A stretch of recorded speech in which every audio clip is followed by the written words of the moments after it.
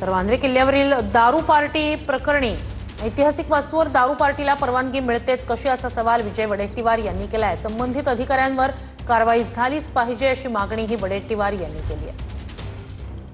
आणि किल्ल्यावर दारू पार्टी आणि त्याला परवानगी हे तर अति झालं आहे।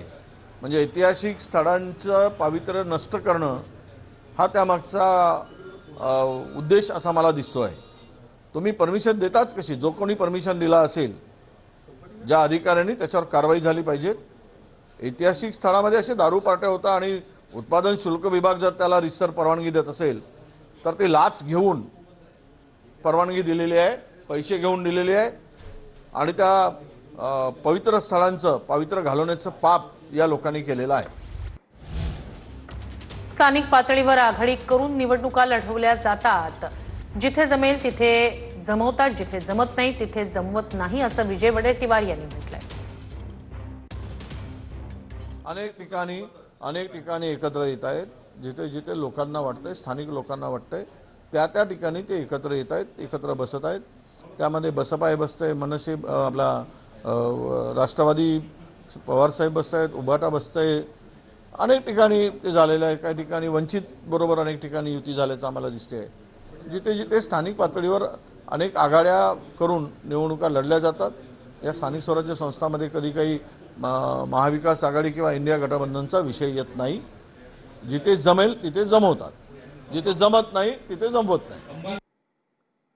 आकाश कोळी खून प्रकरणातील आरोपींची धिंड काढण्यात आली। जळगावच्या शनीपेठ परिसरात आरोपींची पोलिसांनी धिंड काढली। आरोपींची दहशत कमी करण्यासाठीच पोलिसांनी धिंड काढली। 9 नोव्हेंबरला किरकोळ वादातून आकाश कोळीची हत्या करण्यात आली होती। नंदुरबारच्या अक्कलकुवाच्या अंमलीबारीतील स्कूल अपघात प्रकरणी संस्थाचालक मुख्याध्यापकासह 5 जणांवर गुन्हा दाखल करण्यात आलाय। बसमध्ये क्षमतेपेक्षा अधिक वाहतूक त्या ठिकाणी होत होती। बसचं फिटनेस संपल्याचा सुद्धा ठपका ठेवण्यात आलाय। आश्रमशाळा प्रशासनावर आता कठोर कारवाई होणार।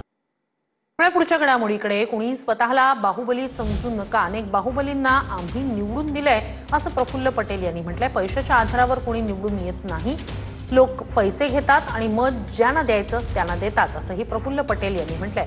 समझने वाले को इशारा काफी है असं त्यांनी म्हटल्यानं पटेल यांचा रोख नक्की कुणाकडे आहे असा प्रश्न उपस्थित झालाय।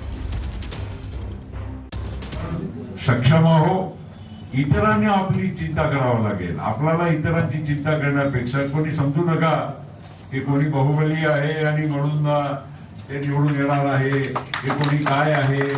किती बाहुबली लोकांना आम्ही निवडून दिलेलं आहे मागच्या काळामध्ये हे आम्हाला माहित आहे। फक्त पैशाच्या आधारावर कोणी जिंकून येत नाही।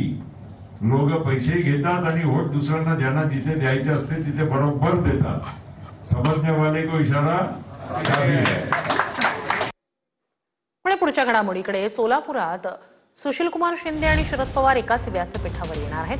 1.5 वर्षांनंतर शरद पवार आणि शिंदे एकाच व्यासपीठावर येणार आहेत। माजी महापौर बेरिया यांच्या गौरव ग्रंथ सोहळ्याला दोघांची हजेरी असणार आहे। ॲडव्होकेट UN बेरिया यांच्या सुवर्णपथ गौरव ग्रंथाचं आज प्रकाशन होणार आहे।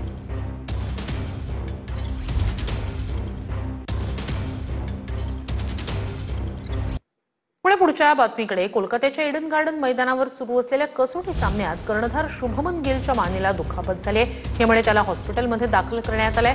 तो उर्वरित कसोटी सामन्यातून त्यामुळे बाहेर पडल्याचं BCCIनं स्पष्ट केलंय। दक्षिण आफ्रिकेविरुद्ध कसोटीच्या पहिल्या डावात शुभमन गिलला दुखापत झाली होती।